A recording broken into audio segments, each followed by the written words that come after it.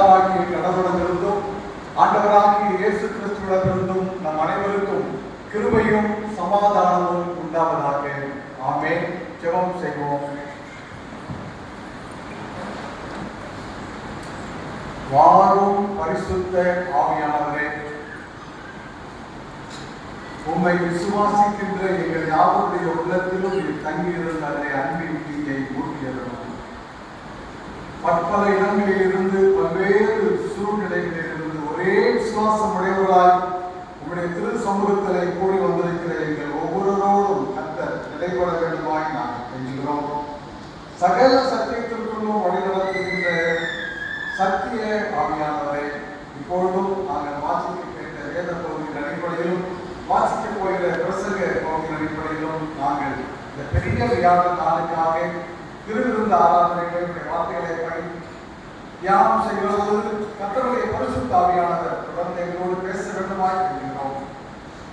கர்த்தாவே, இந்த நாளிலே எங்களுக்காக பாடுபடுவதற்கு தன்னையே ஒப்புக் கொடுத்த கர்த்தர், புதிய உடன்படிக்கையை ஏற்படுத்தி கொடுத்த கர்த்தர், புதிய கட்டளையை உருவாக்கி கொடுத்த கர்த்தர், பஸ்காவை திருவிருந்தாக மாற்றின கர்த்தர், எங்களுடைய வாழ்க்கையிலே ஒரு பெரிய மாற்றத்தை இந்த இடங்களிலே உம்மால் உண்டு பண்ண முடியுமானவரே, அந்த மாற்றத்திற்காக நாங்கள் காத்திருக்கிறோம்.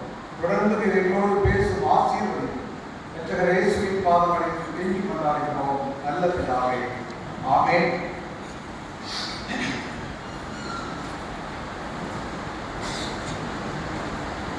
கிறிஸ்துவுக்குள் அன்பார்ந்த சகோதர சகோதரிகளே, திருப்பூர் அருள்நாதர் ஆலயத்தினுடைய அன்பு போதகர் ஐயா, மொத்தமாக செயலர் பொருளர் உள்ளிட்ட சபை சங்க உறுப்பினர்கள் ஒவ்வொருவருக்கும், கூடி வந்திருக்கிற சபையின் உறுப்பினர்கள் ஒவ்வொருவருக்கும் மிகுந்த நன்றிகளை தெரிவித்துக் கொள்கிறேன். ஐயா அவர்கள் இந்த தபசு காலத்திலே ஏதேனும் ஒரு நாளிலே வந்து ஆண்டவருடைய செய்தியை படித்து கொடுக்க முடியுமா என்று சொல்லி கேட்டார்கள். அதிலே எனக்கு கிடைத்தது இந்த பெரிய வியாழக்கிழமை மாலையிலே உங்களோடு படித்து கொள்ள வேண்டும் என்று சொல்லி ஒரு வாய்ப்பு கிடைத்தது. அந்த வாய்ப்புக்காக முதலாவது ஆண்டவருக்கு நன்றி சொல்கிறேன். அழைத்த அன்பு போதகரை அவர்களுக்கு நன்றிகளை தெரிவிக்கின்றேன். கர்த்ததாமே தொடர்ந்து இந்த தியான நேரத்திலே கர்த்தருடைய வசனத்தை ஒரு முறை வாசித்து தொடர்ந்து தியானிக்க பரிசுத்த ஆவியானவர் நமக்கு கிருபை செய்வாராக. ஆமென். திருச்சபையால் இன்றைக்கு நமக்கு தியானம் செய்வதற்காக கொடுக்கப்பட்ட திருமறை பகுதி அனைவரும் எடுத்துக்கொள்வோம். பரிசுத்த லூக்கா என்பவர் எழுதின நற்செய்தி நூல் 22ஆம் அதிகாரம் வசனங்கள் 14 முதல் 23 வரையிலும் இருக்கிறது. Look chapter 22 verses 14 to 23. இவைகளை நாம் அனைவரும் சேர்ந்து ஒரு முறை வாசிப்போம். லூக்கா 22 14 முதல் 23 வரையிலும் அனைவரும் சேர்த்து வாசிப்போம். வேலை வந்தபோது அவரும் அவரோடு கூட 12 அப்போஸ்தலரும் வந்திருந்தார்கள். அப்பொழுது அவர் அவர்களை நோக்கி, நான் பாடுபடுகிறதற்கு முன்னே உங்களுடனே கூட இந்த பஸ்காவை புசிக்க மிகவும் ஆசையாக இருந்தேன். தேவனுடைய ராஜ்யத்திலே இது நிறைவேறும் அளவும் நான் இதை புசிப்பதில்லை என்று உங்களுக்கு சொல்கிறேன் என்று சொல்லி அவர் பாத்திரத்தை எடுத்து போக்குவரத்து பண்ணி, நீங்கள் இதை வாங்கி உங்களுடைய பங்கிட்டுக் கொள்ளுங்கள். தேவனுடைய ராஜ்யம் வருவதாகவும் நான் ராஜ்ய அரசத்தை காண மாட்டதில்லை என்று உங்களுக்கு சொல்கிறேன் என்றார். பின்பு அவர் அப்பத்தை எடுத்து போக்கிரம் பண்ணி அதை பிட்டு அவர்களுக்கு கொடுத்து, இது உங்களுக்காக கொடுக்கப்படுகிற என்னுடைய சரீரமாய் இருக்கிறது, என் நினைவு கூறுவதை செய்யுங்கள் என்றார். போதகர் பண்ணின பின்பு அவர் அதற்கே பாத்திரத்தையும் கொடுத்து, இந்த பாத்திரம் உங்களுக்காக கொடுக்கப்படுகிற என்னுடைய ரத்தமாகிய புதிய உடன்படிக்கையாய் இருக்கிறது என்றார். பின்பு என்னை காட்டிக் கொடுக்கிறவருடைய கை என்னுடனே கூட பந்தி இருக்கிறது, தீர்மானிக்கப்பட்டபடியே சமாதானம் போகிறார். ஆனாலும் காட்டிக் கொடுக்கிறவர்களுக்கு அப்பொழுது அவர்கள் நம்மில் யார் அப்படி செய்வான் என்று தங்களுக்குள்ளே விசாரித்துக் கொள்கிறார்கள். கிறிஸ்துவுக்குள் அன்பார்ந்த கர்த்தருடைய பிள்ளைகளே, தபசு நாட்களில் கடைசி நாட்களிலே நாம் இருந்து கொண்டிருக்கிறோம். பரிசுத்த வாரத்தினுடைய இந்த பரிசுத்த அல்லது பெரிய வியாழக்கிழமை என்று சொல்லப்படுகிறதுனால் மாண்டி தேர்ஸ்டே என்று சொல்லி அதை ஆங்கிலத்திலே அழைக்கிறார்கள். மேண்டேட் என்று சொன்னால் கட்டளை, கட்டளை வியாழன் என்ற ஒரு பெயர் இந்த நாளுக்காக சொல்லப்பட்டிருக்கிறது. கட்டளை வியாழன், மார்னிங் தேர்ஸ்டே. ஏன் என்று சொன்னால் ஆண்டவர் இந்த நாளிலே ஒரு கட்டளையை கொடுத்திருக்கிறார். அதன் அடிப்படையிலே இது மார்னிங் தேர்ஸ்டே என்று அழைக்கப்படுகிறது. பெரிய வியாழக்கிழமை என்று சொல்கிற பொழுது ஆண்டவராகிய இயேசு கிறிஸ்து உங்களுக்காக எனக்காக பெரிய ரட்சிப்பை இந்த நாளிலே சம்பாதித்து வைத்திருக்கின்றார். கல்வாரி சிலுவையிலே ஆண்டவராகிய இயேசு கிறிஸ்து உங்களுக்காக எனக்காக அந்த சம்பாதித்த ரட்சிப்பு இருக்கிறதே, அது சாதாரண ரட்சிப்பு அல்ல. வேதத்திலே பல இடங்களிலே பெரிய ரட்சிப்பு, the great salvation என்று சொல்லி அது அழைக்கப்படுகிறது. ஆகவே இப்படிப்பட்ட புனிதமான வியாழன் இரவு ஒரு வாழ்க்கையிலே மறக்க முடியாத, எப்பொழுதும் நினைவு கூற வேண்டிய ஒரு வியாழன் என்று சொன்னால் அது மிக முக்கியமானது. என்று சொன்னால் என்றைக்கு பஸ்கா பண்டிகை, அதை நினைவு கூறுங்கள், வருடந்தோறும் அதை அனுசரியுங்கள், தலைமுறை தலைமுறையாய் அதை நினைவு கூறுங்கள் என்று சொல்லி யாத்திராகமம் 12ஆம் அதிகாரத்திலே கட்டளை கொடுக்கப்பட்டதோ, அதே போல ஆண்டவராகிய இயேசு கிறிஸ்துவும் பரிசுத்த திருவிருந்தை அவர் ஏற்படுத்தியிருந்த பொழுது என்னை நினைவு கூறும்படி செய்யுங்கள். ரிமெம்பரன்ஸ் என்ற ஒரு வார்த்தை மிக முக்கியம். ரிமெம்பர் மீ, நினைவு கூற வேண்டும். நேற்றைய தினத்திலே உதவி சபையுள்ள அவர்கள் தொலைபேசியிலே தொடர்பு கொண்டு, ஐயா எப்படியாவது இந்த தலைப்பை கொடுத்து விடுங்கள் என்று பலமுறை கேட்டார்கள். என்னால் அவ்வளவு சீக்கிரமாக தலைப்பை கொடுக்க பொதுவாக இயலாது என்று சொன்னால் நான் அந்த பிரசங்கத்தை ஒரு நாளிலே சிந்தித்து முடிக்கிறவன். நான் கடைசி வரைக்கும் குறிப்பிட்டு ஏறுகிற வரையிலும் நான் தொடர்ந்து சிந்தித்துக் கொண்டே இருப்பேன்.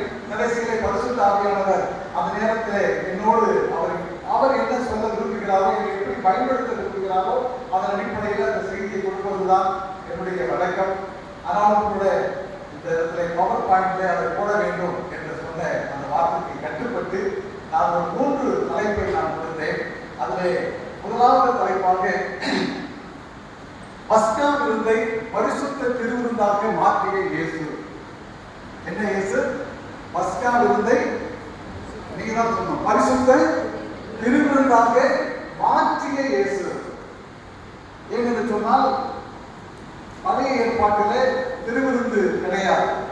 அங்கே அவர்கள் அனுசரித்ததெல்லாம் பஸ்கா அல்லது பாஸ்கா என்று சொல்லக்கூடிய அந்த புளிப்பில்லாத அப்ப பண்டிகை, அதைதான் அவர்கள் கொண்டாடினார்கள். உங்களுக்கும் எனக்கும் நன்றாக தெரியும், இஸ்ரவேல் மக்கள் எகிப்திலே 430 ஆண்டு காலமாக அவர்கள் அடிமைத்தனத்தில் இருந்தார்கள். மோசேயின் மூலமாக விடுதலை செய்வதற்கு கடவுள் அவரை அனுப்பினார். ஆனால் அங்கிருந்த பார்வோன் மனது கடினப்பட்டதன் நிமித்தமாக எத்தனை வாதைகள் அனுப்பினாலும் சரி என்று சொல்வான். பிற்பகல் உடனே மனம் கடினப்பட்டு முடியாது என்று சொல்லிவிடுவான். ஆனால் கடைசியிலே ஆண்டவர் ஒரு நாளை நியமித்தார். 10வது கட்டளை, 10வது வாதை நான் கொடுக்கிறேன். அந்த வாதையை அனுபவித்த பிற்பாடு பார்வோனே உங்களை அனுப்பவும் செய்வான், கூடவே ஒரு வார்த்தை சொன்னார். என்ன சொன்னார்? துரத்தி விடவும் செய்வான் என்று சொன்னார். அனுப்பிவிட்டு இந்த வாதையை அவன் பார்த்த உடனேயே உங்களை அனுப்பி விடுவான். அனுப்புவது மாத்திரமல்ல, சீக்கிரம் போங்க சீக்கிரம் போங்க என்று சொல்லி துரத்தி விடுவான் என்ற வார்த்தை மோசையின் மூலமாக மக்களுக்கு உரைக்கப்பட்டது. அதன் அடிப்படையிலே கலச்சம் பிள்ளை வாதையில் சொல்லக்கூடிய அந்த கடைசி சங்காரத்திலே வாதையிலே ஒரு ஆண்டவர் ஒரு இன்ஸ்ட்ரக்ஷன் கொடுக்கின்றார், ஒரு கட்டளை கொடுக்கின்றார். இந்த வாதையிலிருந்து 10வது வாதையிலிருந்து இஸ்ரவேல் மக்கள் தப்பித்துக் கொள்ள வேண்டும் என்று சொன்னால் நான் சொல்லுகிற ஆலோசனைப்படி யாரெல்லாம் செய்கிறார்களோ அவர்கள் தப்பித்துக் கொள்ள முடியும், மற்றவர்களுக்கு அழிவு, அது யாராக இருந்தாலும் சரி என்று சொல்லி ஒரு நியமனம் குறிக்கப்படுகிறது. அதன் அடிப்படையில் ஒவ்வொரு வீட்டிற்கும் ஒரு ஆட்டுக்குட்டி தெரிவு செய்து கொள்ளப்பட வேண்டும். அது அந்த மாதத்தினுடைய 10ஆம் தேதி தெரிவு செய்து கொள்ளப்பட வேண்டும். 14 அது வைத்திருக்கப்பட வேண்டும். 14ஆம் தேதி மாலையிலே அது அடிக்கப்பட வேண்டும். அப்படி அடிக்கப்பட்ட ஆட்டுக்குட்டியுடைய ரத்தத்தை எடுத்து யூசோப்பின் தண்ணினாலே வீட்டில் உள்ள கதவு அது பூசப்பட்டிருக்க வேண்டும். மேல் சட்டத்திலேயும் 2 சட்டங்களிலேயும், கதவினுடைய 2 சட்டங்களிலேயும் மேல் சட்டத்திலேயும் அது பூசப்பட்டிருக்க வேண்டும் என்ற கட்டளை கொடுக்கப்படுகிறது. எல்லோரும் அதன்படி கீழ்ப்படிந்து செய்கிறார்கள். யாருடைய வீட்டிலெல்லாம் ரத்தம் பூசப்பட்டதோ, கர்த்தருடைய வார்த்தைக்கு கீழ்ப்படிந்து எந்தனுடைய வீட்டினுடைய வாசற்படியிலே, அந்த நிலை கதவிலே, அந்த சட்டங்களிலே ரத்தம் பூசப்பட்டதோ, அந்த ரத்தத்தை பார்த்து ஆண்டவர் அந்த வீட்டை கடந்து செல்வார். He will pass over என்று சொல்லப்படுகிறது. பாஸ் ஓவர், கடந்து செல்லுதல். அந்த வீட்டிலே ரத்தம் இருக்கிறதா, அந்த வீட்டிலே என்னுடைய பிள்ளைகள் இருக்கிறார்கள், அவர்களுக்கு பாதுகாப்பு கொடுக்க வேண்டும், அவர்களுக்கு அழிவு வரக்கூடாது என்று சொல்லி அந்த வீட்டை விட்டு அவர் கடந்து போவார். அதுதான் அதற்கு பாஸ் ஓவர் ஃபெஸ்டிவல் என்று சொல்வார்கள். அதுதான் இப்பொழுது பாஸ்கா பண்டிகை என்று சொல்லி அது அழைக்கப்படுகிறது. ஆகவே அப்படி நடைபெற்ற அந்த இரவிலே யாருடைய வீட்டிலெல்லாம் ரத்தம் பூசப்பட்டிருந்ததோ அவர்கள் அத்தனை பேரும் தப்புவிக்கப்பட்டார்கள். மற்றவர்களுடைய வீடுகளிலே பிரச்சனை பிள்ளைகள் அழிந்து போனார்கள். அந்த இரவிலே தானே அவர்கள் ஆள் அனுப்பி மோசேயையும் ஆரோனையும் அழைக்கின்றார். உடனடியாக நீங்கள் புறப்பட்டு போங்கள் என்று சொல்லுகின்றார். அவர்கள் புறப்பட்டு அவசரமாக புறப்பட்டு வருகிறார்கள். அப்படி வருகிற பொழுதுதான் அவர்கள் உண்ணுவதற்காக வைத்திருந்த அந்த மாவு, அப்பம் செய்வதற்காக வைத்திருந்த மாவு புளிக்கவில்லை. பொதுவாக அப்பம் செய்ய வேண்டும் என்று சொன்னால் நம்ம வீடுகளிலே தோசை இட்லிக்கு எப்படி மாவு புளித்த பிற்பாடுதான் தோசையும் இட்லியும் நன்றாக வருமோ, அதே போல எகிப்து நாட்டிலே அவர்கள் அப்பம் செய்கிற பொழுது புளித்த அப்பம், புளிக்காத அப்பம் என்று சொல்லி 2 காரியங்கள் இருக்கிறது. அந்த அவசரமாக புறப்பட்டபடினாலே நேரம் இல்லை. ஆகவே புளிக்காத அப்பத்தை, அந்த மாவை அப்படியாக பச்சையாக எடுத்துக்கொண்டு புறப்பட்டார்கள். அதுதான் அந்த புளிப்பில்லாத அப்ப பண்டிகைக்கான ஒரு முக்கியமான ஒரு காரணமாய் சொல்லப்படுகிறது. அந்த ஆட்டுக்குட்டியை எப்படி உண்ண வேண்டுமா, தண்ணீரில் வேக வைக்கக்கூடாது, நெருப்பில் சுட்டதாக இருக்க வேண்டும் என்று சொல்லி இன்ஸ்ட்ரக்ஷன் கொடுக்கப்படுகிறது. கூடவே கசப்பான கீரையை சேர்த்துக் கொள்ள வேண்டும். அது மாத்திரமல்ல, கையிலே தடியும் காலிலே பாதரட்சையும் அணிந்து அவசரமாக புசிக்க வேண்டும். ஏனென்றால் அவர்கள் ஒரு பிரயாணத்திற்கு ஆயத்தப்படுகிறார்கள். எந்த நேரமும் அதை விட்டு புறப்பட வேண்டும் என்று சொல்லி ஒரு அவசரமான ஒரு பிரயாணத்திற்கு ஆயத்தப்பட்ட மக்களாக அந்த முதலாவது பாஸ்கா அவர்கள் அனுசரித்தார்கள். அந்த பாஸ்கா இயேசு சுவாமி பிறந்த நாள் வரையிலும் அது தொடர்ந்து இன்றைக்கும் யூதர்கள் அனுசரித்துக் கொண்டிருக்கிறார்கள். இயேசுவினுடைய தாயார் ஒவ்வொரு பஸ்கா பண்டிகைக்கும் இயேசு கிறிஸ்துவை அழைத்துக் கொண்டு செல்வார்கள். அந்த பஸ்கா பண்டிகை முதல் நாள் 14ஆம் தேதி இரவு அந்த ஆட்டுக்குட்டியின் ரத்தம் பூசப்பட்டு அந்த விருந்து நடைபெறும். அந்த 15ஆம் தேதி, 16, 17 அந்த தொடர்ந்து வருகிற 4 நாட்கள், 14ஆம் தேதியிலிருந்து தொடர்ந்து வருகிற அந்த 7 நாட்கள், 21ஆம் தேதி வரையிலும் 7 நாட்கள் புளிப்பில்லாத அப்ப பண்டிகை அவர்கள் ஆசரிக்க வேண்டும். அந்த அடிப்படையிலே தான் யூத சமயத்திலே அந்த பாஸ்கா பண்டிகை, புளிப்பில்லாத அப்ப பண்டிகை தொடர்ந்து செய்து கொண்டு வந்தார்கள். இயேசு கிறிஸ்துவும் அதில் பங்கெடுத்து வந்தார். நான் ஊழியம் செய்த அந்த நாட்களிலும் 30 வருடத்திற்கு வயதிற்கு பின்பாகவும் அவர் ஒவ்வொரு வருடமும் அந்த பாஸ்கா பண்டிகையை அனுசரித்தார். ஆனால் இன்றைக்கு வாசிக்க கேட்ட வேத பகுதியில் நேரம் வந்தது, அந்த நாள் வந்தது, பாஸ்கா பண்டிகையிலே ஆட்டுக்குட்டி அடிக்கப்படும் நாள் வந்தது. அந்த நாளை தெரிவு செய்து கொண்டு அவர் சீடர்களுக்கு கட்டளையிட்டு அந்த பாஸ்கா பண்டிகையை அனுசரிப்பதற்கு ஆயத்தம் செய்கிறார். மேலறையிலே ஆயத்தம் செய்யப்படுகிறது. எல்லாம் இருக்கிறது. ஆண்டவரும் இருக்கிறார், சீடர்களும் இருக்கிறார்கள். அது பாஸ்கா பண்டிகையினுடைய எல்லா ஆயத்தமும் நிறைவாக இருக்கிறது. அந்த நேரத்திலே தானே அங்கு ஒரு மாற்றத்தை ஆண்டவராக இயேசு கிறிஸ்து கொண்டு வருகிறார். ஆண்டவராக இயேசு கிறிஸ்துவை பொறுத்தவரையிலும் அதுதான் கடைசி பாஸ்கா பண்டிகை. ஆண்டவராக இயேசு கிறிஸ்துவை பொறுத்தவரையிலும் அதுதான் அவர் ஏற்படுத்தின முதலாவது பரிசுத்த திருவிருந்து. அந்த முதலாவது பரிசுத்த திருவிருந்திலே பங்கெடுக்கிறவர்கள் 12 பேர், இன்க்ளூடிங் யாரு? யூதாஸ்காரர்கள்.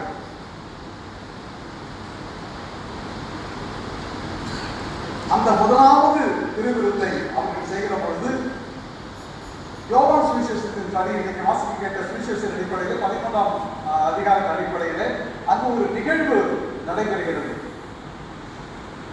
சீடர்களுடைய பாதங்களை கழுவுதல்.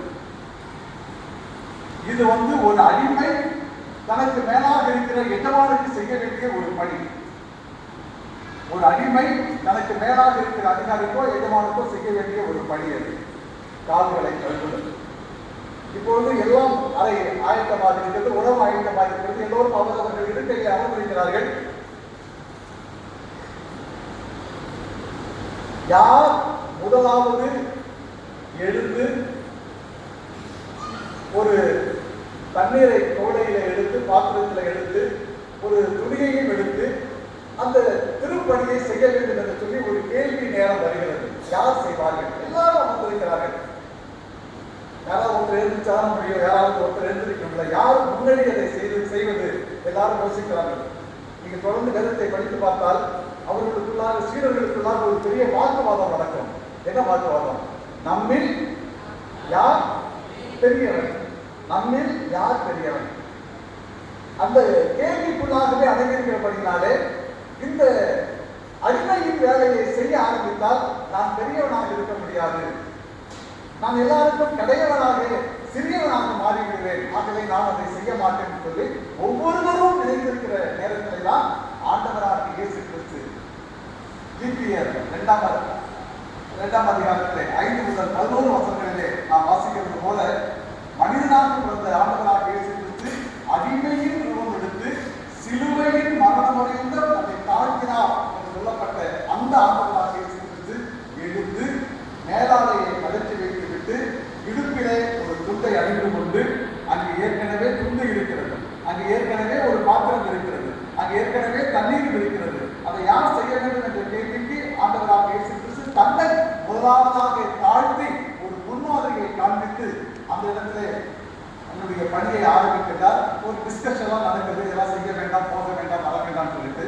அதெல்லாம் பார்த்த பாடு பேர் கடைசியாக சொல்வாரு, எனக்கு ஒரு ஆண்டவர் சொல்வார், நான் உன்னை கழுவாவிட்டால் உனக்கு பங்கு இல்லை என்று சொல்வார். உடனே பேர் என்ன சொல்வார்? என் கால்களை மாத்திரமல்ல என் தலையையும் என் கைகளையும் சேர்த்தே கழுவோம் என்று சொல்வார். அப்போது இயேசு என்ன சொல்வார்? முழுவதும் குளித்தவனுக்கு என்ன வேண்டும்? காலை மாத்திரம் கழுவினால் போதும், அவன் எப்படி இருக்கிறான்? பரிசுத்தம் உள்ளவனாக இருக்கிறான். நீங்கள் அனைவரும் பரிசுத்தம் உள்ளவர்கள். கூடவே ஒரு பட்டு சேர்த்துட்டார். என்ன சொன்னார்? ஆனாலும் எல்லாரும் அல்ல. ஏன் சொன்னார்? அங்க யார் இருந்தது? யூதாஸ் காரியர் இருந்தார். யூதாஸ் காரியருடைய கால்களை ஆண்டவர் தொட்டு கழுவினாரா கழுவலையா? 12 பேருக்கும் கழுவின பொழுது அவருடைய கால்களையும் சேர்த்து கழுவியிருப்பார். அப்பொழுது யூதாசுடைய மனது என்ன சொல்லியிருக்க வேண்டும்? ஐயோ, நான் காட்டி கொடுப்பதற்கு 30 வெள்ளிக்காசை நான் வாங்கிவிட்டேனே அந்த தலைமை ஆசாரியர்களிடமிருந்து. நான் இவரை காட்டி கொடுப்பதற்கு நான் ப்ராமிஸ் பண்ணிவிட்டேனே, இப்போது இவரே என்னுடைய கால்களை கழுவுகிறார், இவ்வளவு தாழ்த்தி வந்திருக்கிறாரே. அவன் மனசாட்சி அவனோடு பேசியிருக்கோமா? பேசியிருக்காதா? பேசி இருக்கும். அந்த மனசாட்சிக்கு அவன் கீழ்ப்படிந்து இருக்க வேண்டுமா? என்ன கீழ்ப்படிந்து இருக்க வேண்டும். என்றைக்கு ஒரு மனிதன் தன்னுடைய சொந்த மனசாட்சி பேசுகிற போது அதற்கு கீழ்ப்படியாமல் அதை மீறி துணிகரமான பாவம் செய்ய முயலுகிறானோ அந்த இடத்திலே தான் அவன் தோல்வி அடைகிறான். அந்த இடத்திலே தான் அவன் கடவுளுக்கு விரோதமாக அவன் பாவம் செய்கிறான். மன்னிக்க முடியாத ஒரு குற்றங்களுக்குள்ளாக சென்று விடுகிறான். யூதாசு தான் காட்டிக் கொடுத்த பிற்பாடு குற்றமில்லாத ரத்தத்தை காட்டிக் கொடுத்தேன் என்று சொல்லி அவன் அழுகிறான், மனம் கசந்து அழுகிறான். ஆனால் தவறான இடத்திலே சென்று அழுகிறான். யாரிடத்திலே சென்று அழுதிருந்தால் ஒருவேளை விமோச்சனம் கிடைத்திருக்கும். இயேசு கிறிஸ்துவிடத்திலே சென்று, ஐயா, இப்படி நான் தவறாக செய்துவிட்டேன், மன்னியுங்கள் என்று சொல்லி ஒரு வார்த்தை கேட்டிருந்தால் கதை வேதமாக விடுத்திருக்கும். ஆனால் அவன் சென்றதோ மூப்பர்களிடத்திலும் யாரிடத்திலே காசு வாங்கினாலோ அவர்களிடத்திலே சென்று அந்த பாவரிக்கை செய்தான். அது செல்லுமா? அது செல்லாது. ஆகவே தான் அவனுடைய முடிவு அவன் அப்படியாக உடல் சரிந்து செத்தான், அவன் தற்கொலை செய்து கொண்டான் என்பதாக நாம் இடத்திலே வாசிக்கின்றோம்.